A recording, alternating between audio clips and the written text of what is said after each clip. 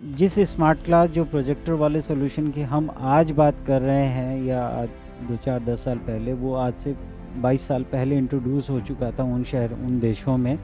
और उन्होंने बखूबी इसको क्लासरूम में यूज़ किया, बच्चों के एजुकेशन सिस्टम को समझा कि कैसे प्रोजेक्ट बेस्ड लर्निंग करानी है, हमको कॉन्सेप्ट कैसे क्लियर कराना है। वो चीज़ें उन्होंने बहुत पहले इम्प्लीमेंट करी, इसीलिए आज वो हमसे बहुत ज़्यादा आगे हैं। अब वो टाइम है कि जब स्कूल इस चीज़ को अडॉप्ट कर रहे हैं, स्मार्ट क्लास के थ्रू एक मॉडर्न एजुकेशन अपने बच्चों को फ्यूचर रेडी क्लासेस बना रहे हैं, दे रहे हैं, लैब्स लगवा रहे हैं। पहले लैब्स केवल साइंस की होती थी, अब मैथ्स की भी होने लगी, एसएसटी की भी होने लगी, हिंदी की भी, इंग्लिश की भी, हर सब्जेक्ट की लैब बनने लगी हैं। स्मार्ट क्लास के थ्रू एक बेटर एजुकेशन दी जा रही है।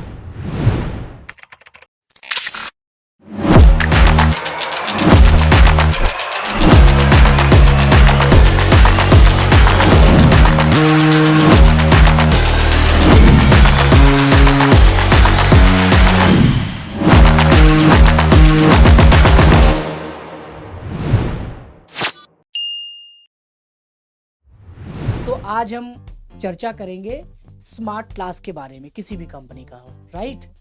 सो मेरे साथ हैं रामनिवास सर। रामनिवास सर का काफ़ी लंबा एक्सपीरियंस है, तजुर्बा है 8 से 9 साल का, और ये उस टाइम से काम कर रहे हैं जब वाइट बोर्ड पे टीचर पढ़ाते थे। सबसे पहले स्मार्ट क्लास क्यों ज़रूरी है और किसके लिए ज़रूरी है?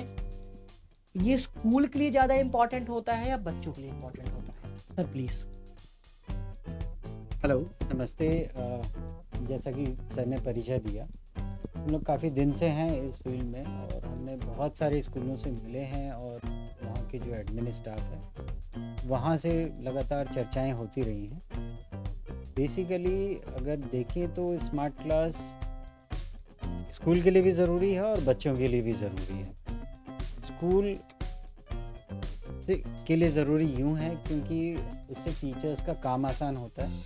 एक मान लीजिए कोई स्कूल है जो एक बहुत अच्छे या बहुत एजुकेटेड टीचर्स नहीं रख पा रहा है, एवरेज टीचर हैं उनके पास, तो उनका काम डिजिटल कंटेंट अगर उनको रेडीमेड मिल जाता है तो उनका काम आसान हो जाता है कि एक एवरेज टीचर अच्छी क्वालिटी का कंटेंट डिलीवर कर सकता है अपने बच्चों को, जो कि उनके लिए थोड़ा इकोनॉमिकल हो जाता है। जो कि वहाँ 30-35 हज़ार के टीचर का काम अगर 10-12 हज़ार का टीचर कर दे रहा है तो उनके लिए थोड़ा सा कॉस्ट में सेविंग हो जाती है और बच्चों को एक क्वालिटी कंटेंट मिल जाता है उसकी वजह से। Thank you sir. सो जब एडुकॉम आया था, राइट, सो वो किस टाइप का गैप आइडेंटिफाई किया था? क्योंकि ये बड़ी कंपनियां जो हैं ये पहले रिसर्च बेस्ड होती हैं, पहले मार्केट्स में रिसर्च करती हैं और फिर वो सॉल्यूशन लेके आती है। तो एडुकॉम ने ऐसा क्या रिसर्च किया होगा और किन प्रॉब्लम पे काम करके क्या सॉल्यूशन दिया और क्या वो इम्पैक्टफुल रहा? उसके बाद जो रिजल्ट्स आए या जो बदलाव हुआ पढ़ने और पढ़ाने के तरीकों में? सर, जहाँ तक हमने एडुकॉम और इन जो टाटा जैसी कंपनियां जो शुरुआत में आई थी, बेसिकली जो फॉरेन का एजुकेशन कल्चर है, चाहे वो फिनलैंड का एजुकेशन कल्चर है चाहे यूएस का है, किसी भी कंट्री में आप जाएंगे तो नॉर्मली वो एजुकेशन का स्तर बहुत ज़्यादा हाई है। जिस स्मार्ट क्लास जो प्रोजेक्टर वाले सॉल्यूशन की हम आज बात कर रहे हैं या आज 2-4-10 साल पहले, वो आज से 22 साल पहले इंट्रोड्यूस हो चुका था उन देशों में। और उन्होंने बखूबी इसको क्लासरूम में यूज़ किया, बच्चों के एजुकेशन सिस्टम को समझा कि कैसे प्रोजेक्ट बेस्ड लर्निंग करानी है, हमको कॉन्सेप्ट कैसे क्लियर कराना है। वो चीज़ें उन्होंने बहुत पहले इम्प्लीमेंट करी, इसीलिए आज वो हमसे बहुत ज़्यादा आगे हैं।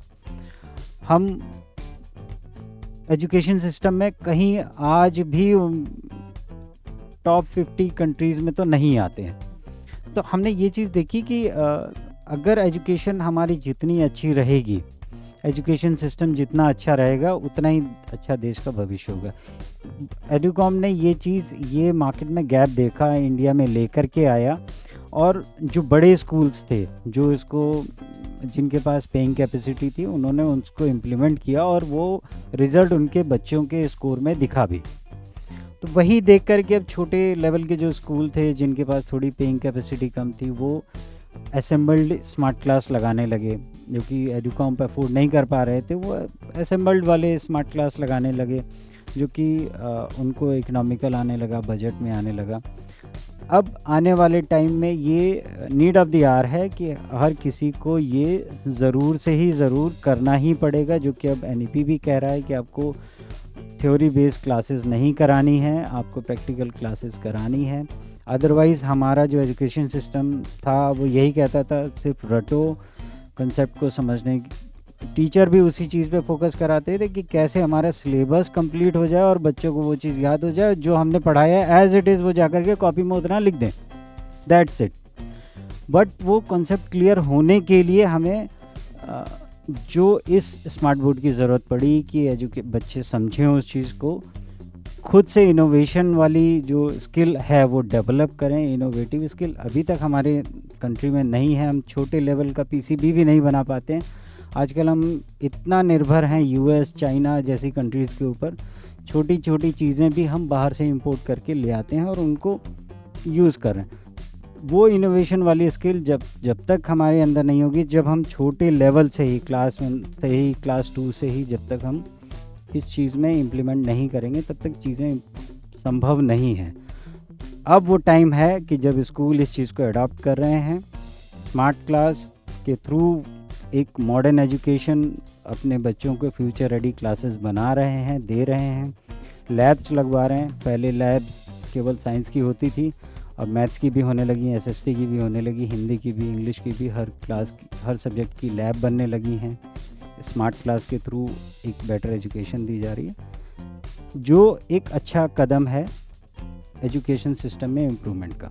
आपके पूरे कन्वर्सेशन में NEP भी था, प्लस ऐसे 10 पॉइंट थोड़ा आप डिस्कस करें किन टाइप के बच्चों के लिए ज़्यादा बेनिफिट होता है और ये बेस्ड किस पे होता है। जैसे इसमें ऑडियो विजुअल बोला जाता है, तो ऑडियो विजुअल का एग्जैक्ट मीनिंग क्या है, कैसे ये बच्चों को बेनिफिट करता है, राइट। और बच्चों को कर रहा है तो टीचर के लिए भी तो काफ़ी हेल्प करेगा ही। तो 4 सवाल आप लेंगे, NEP क्या है, उससे क्या क्या बदलाव होने वाले हैं, राइट। और दूसरी बात, बच्चों के लिए ऐसे 10 बेनिफिट्स, ठीक है, कि क्यों ज़रूरी है स्मार्ट क्लास और ऑडियो विजुअल का इम्पैक्ट क्या है। बहुत अच्छा सवाल है चंदन जी। बेसिकली अगर हम यूँ देखें तो 3 तरीके के लर्नर्स होते हैं, विजुअल, ऑडिटरी और काइनेस्थेटिक।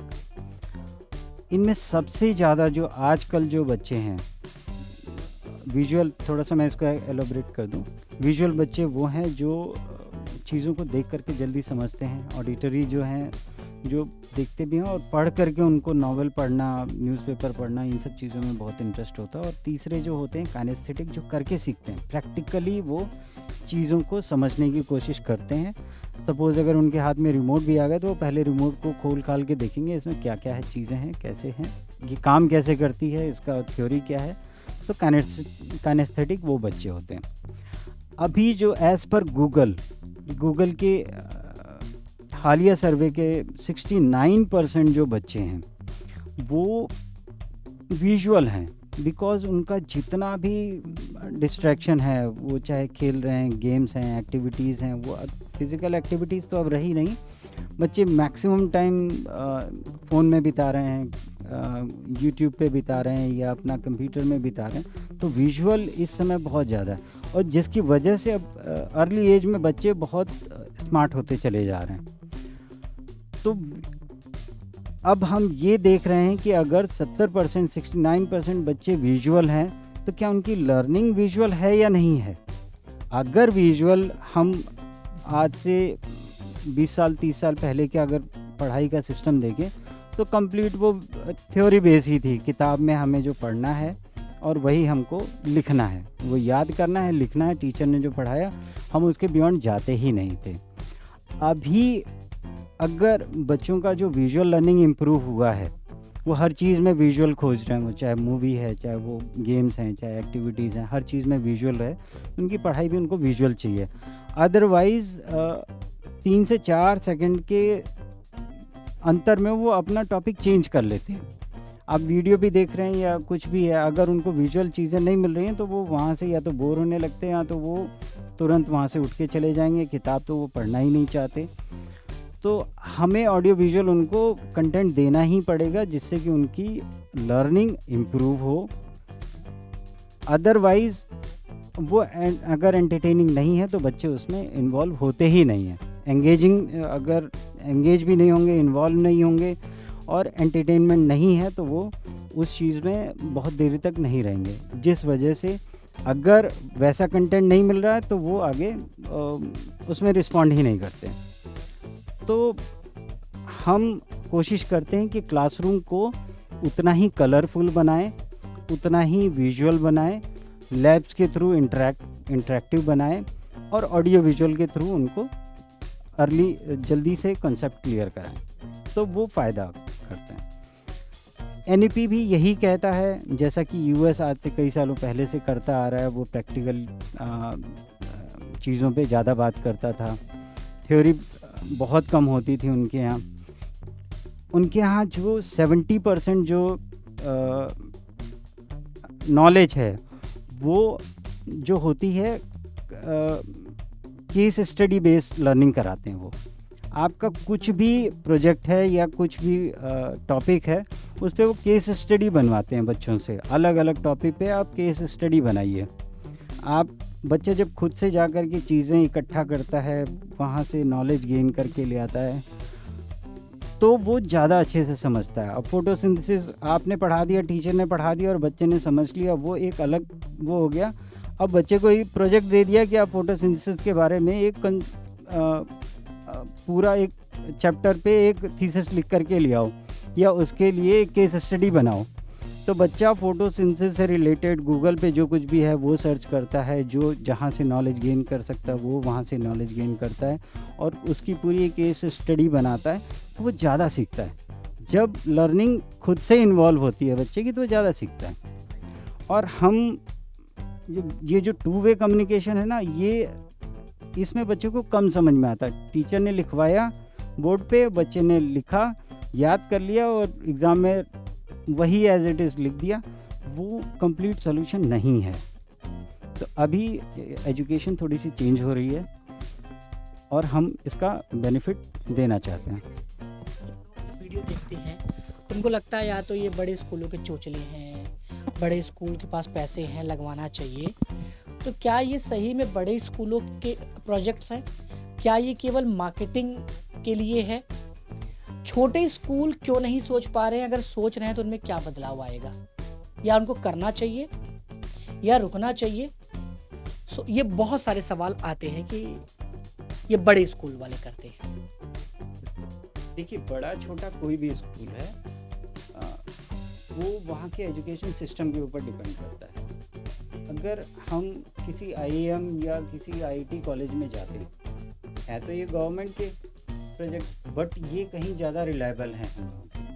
आज बच्चा 98% ला रहा है या 99% ला रहा है, उसकी पहली पसंद होती है किसी IIT में, किसी IIM में मुझे एडमिशन मिल जाए। वो किसी ABC कॉलेज के लिए अप्रोच करता ही नहीं है पहले।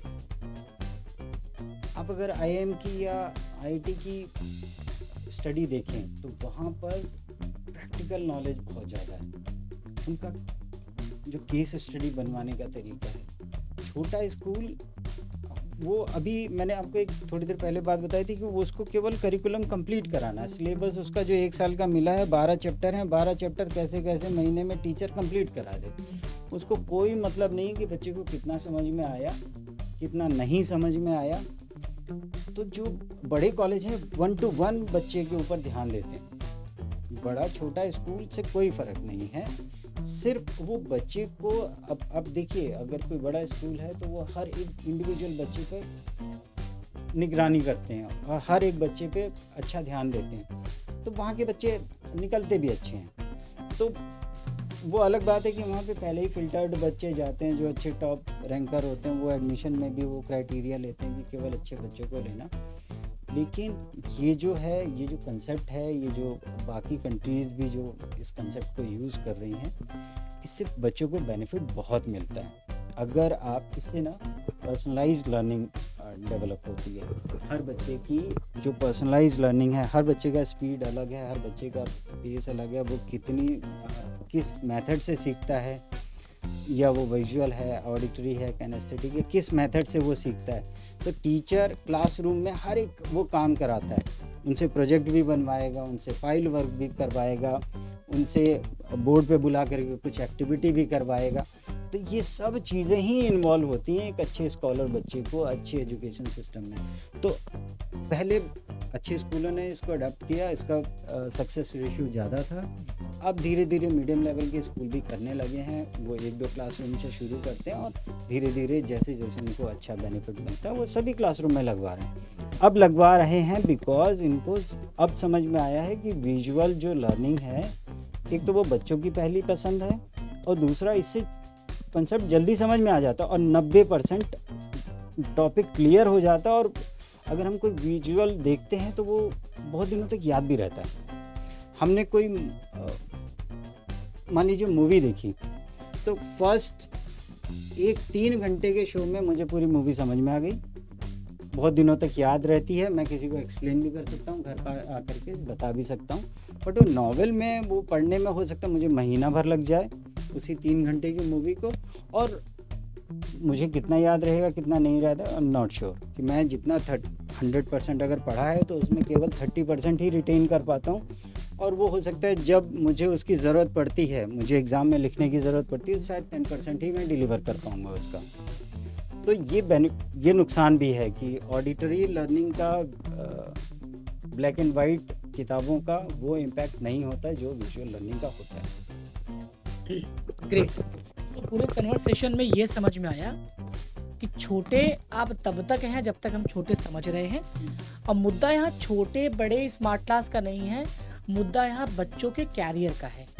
जब हम टेक्नोलॉजी इंट्रोड्यूस करते हैं, जब हम फैसिलिटी लेके आते हैं बच्चों के लिए, तो उससे स्कूल का गौरव तो बढ़ता ही बढ़ता है, साथ में टीचर को एक अच्छा फ्रेंड मिल जाता है और बच्चों को एक अच्छा डिजिटल टीचर मिल जाता है जहाँ वो कॉम्प्लेक्स टॉपिक को भी अच्छे से समझ लेते हैं। सो अगर आप स्कूल हो तो आपको इसको अडॉप्ट करना पड़ेगा, आज नहीं तो कल मजबूरी में, तो क्यों ना इसको अर्ली अडॉप्ट कर लिया जाए, राइट। सो बाकी और कोई सवाल होगा आप देना जरूर राइट कमेंट में, और अगर मुझे दूसरा वीडियो बनाना पड़ेगा तो दूसरा वीडियो मैं बना दूंगा। लास्ट जो एंड करेंगे वो रामनिवास सर करेंगे और आपको बताएंगे कि ई लर्निंग जो लिखा है इसमें क्या क्या मिलता है और कैसे ये बच्चों को हेल्प करता है। Please sir. देखिए एक्चुअली चंदन सर ने जो बात बोली कि ई लर्निंग कंटेंट और इसकी क्या ज़रूरत है, बेसिकली ई लर्निंग कंटेंट एक तो स्कूल का बहुत कॉस्ट सेव करता है, जिससे कि एक एवरेज टीचर बहुत अच्छे से अपना कंटेंट डिलीवर कर सकता है। यानी एक एवरेज टीचर जो बहुत अच्छा पढ़ा लिखा नहीं है या उसको बहुत अच्छी कंटेंट के बारे में नॉलेज नहीं है, फिर भी वो अच्छे से उसको डिलीवर कर सकता है। दूसरा, टीचर का बहुत ज़्यादा टाइम सेव होता है इसमें। टीचर का टाइम कैसे सेव होता है? जो ई लर्निंग कंटेंट आप देख रहे हैं इसमें ऑलरेडी सब कुछ है। आपकी किताब का PDF है, उससे रिलेटेड वीडियोस हैं, जिससे कि सपोज फोटोसिंथेसिस आपको पढ़ाना है, बच्चों को आपने बोल दिया कि आप बच्चों घर से पढ़ करके आइएगा, या एक दिन पहले टॉपिक शुरू करने से पहले आपने वीडियो दिखा दिया उनको कि फोटोसिंथेसिस कैसे काम करता है। लगभग 90% उनको वहीं समझ में आ जाता है कि फोटोसिंथेसिस काम कैसे करता है। क्लास में जो है केवल डाउट क्लियर करने रह जाते हैं। अगला जो काम आता है जिसमें सबसे ज़्यादा टीचर का टाइम जाता है, क्वेश्चन आंसर्स लिखवाना, क्वेश्चन लिखना, उसका आंसर लिखना। ऑलरेडी हमारे इस कंटेंट में क्वेश्चंस आंसर्स फुली सॉल्व्ड होते हैं, तो टीचर का वो भी टाइम सेव होता है। टीचर ने फटाक से खोला, क्वेश्चन आंसर्स बोर्ड पे आ गए, उसको एक भी शब्द बोर्ड पे लिखने की ज़रूरत नहीं है। उस प्रोडक्टिव टाइम को टीचर जो है बच्चों को एक्सप्लेन करने में लगा सकता है। तीसरा, कोई डायग्राम ड्रॉ करना है या कुछ भी ड्रॉ करना है, डायग्राम्स ऑलरेडी इसमें ड्रॉ करे हुए मिलते हैं, टीचर्स को वो भी ड्रॉ नहीं करने हैं। उनको एक लर्निंग रिसोर्स पूरा मिल जाता है, जिसमें वो कोई भी डायग्राम ड्रॉ करना है, सपोज़ पिछले 10 सालों के सैम्पल पेपर्स लाने हैं, सब कुछ इसमें है। कोई मैप वर्क है, हिस्ट्री है तो हिस्ट्री टाइमलाइन है, मैप वर्क है, फार्मूला मास्टर है, बहुत सारी चीज़ें ऑलरेडी इसमें इनबिल्ट हैं। उनको कोई भी ज़रूरत नहीं है, वो कोई भी पब्लिकेशन की किताब यूज़ करते हैं, चाहे वो मैकमिलन है, एस चांद है, CBSE की NCERT है, या कैम्ब्रिज है, मतलब कोर्डोवा है, कोई भी किताब। हम ऐसा देखा गया है कि बहुत सारे स्कूल जो हैं 5th तक, अप टू 5th या अप टू 8th तक अपनी मर्जी का कोई भी किताब चलाते हैं। हमारे इस कंटेंट में आपके पास कोई भी पब्लिकेशन की किताब है, सबका बिल्कुल डिक्टो कॉपी टेबल ऑफ कंटेंट मिल जाएगा। चैप्टर्स भी उसी सीक्वेंस में मिलेंगे, उसके टॉपिक्स भी उसी सीक्वेंस में मिलेंगे जिस सीक्वेंस में उनकी किताब में। तो टीचर को वहाँ पे भी कुछ पजल्ड होने की ज़रूरत नहीं है, सब कुछ इसमें इनबिल्ड मिलेगा। आपके इस पैनल में एवरीथिंग इज़ देयर, पूरा कंटेंट, डायग्राम्स, क्वेश्चन आंसर्स, किताब का PDF, किताब के वीडियो लेसन्स, अगर साइंस है तो उसके सारे प्रैक्टिकल्स, मैथमेटिक्स है, हिंदी है, जो कुछ भी है फुल्ली सॉल्व सब कुछ मिल जाएगा। टीचर को क्लासरूम में जो कुछ भी चाहिए सब कुछ बोर्ड पर है। अपना जो प्रोडक्टिव टाइम है वो बच्चों को एक्सप्लेन करने में लगाएं, वो उनको कुछ भी चिंता करने की ज़रूरत नहीं है। एक टीचर सबसे अच्छा वो होता है, कई बार अगर टीचर एब्सेंट हो गए, उनके यहाँ कोई अरेंजमेंट लगाया, अब वो साइंस की टीचर नहीं है और साइंस की टीचर एब्सेंट है, तो आपने कोई और सब्जेक्ट का टीचर भेजा और उन्होंने वहाँ पर असेसमेंट शुरू करवा दिया, या कोई टॉपिक 2-3 टॉपिक बच्चों को बोर्ड पे दिखा के वहाँ पर असेसमेंट शुरू कर दिया कि बोर्ड पे आइए और ये क्वेश्चन आंसर सॉल्व करिए। तो वहाँ पे भी एक दूसरे सब्जेक्ट का टीचर भी आकर के एक्सप्लेन किया, क्योंकि वीडियो सारे सेल्फ एक्सप्लेनेटरी हैं, तो टीचर का काम वहाँ पे भी आसान हो जाता है। बाकी आपको अगर और ज़्यादा कुछ समझना, आइए हमारे साथ स्टूडियो में बैठिए, चीज़ों को टच फील करके देखिए, हम आपके सारे क्वेश्चंस के आंसर करेंगे। ठीक है, थैंक यू सो मच।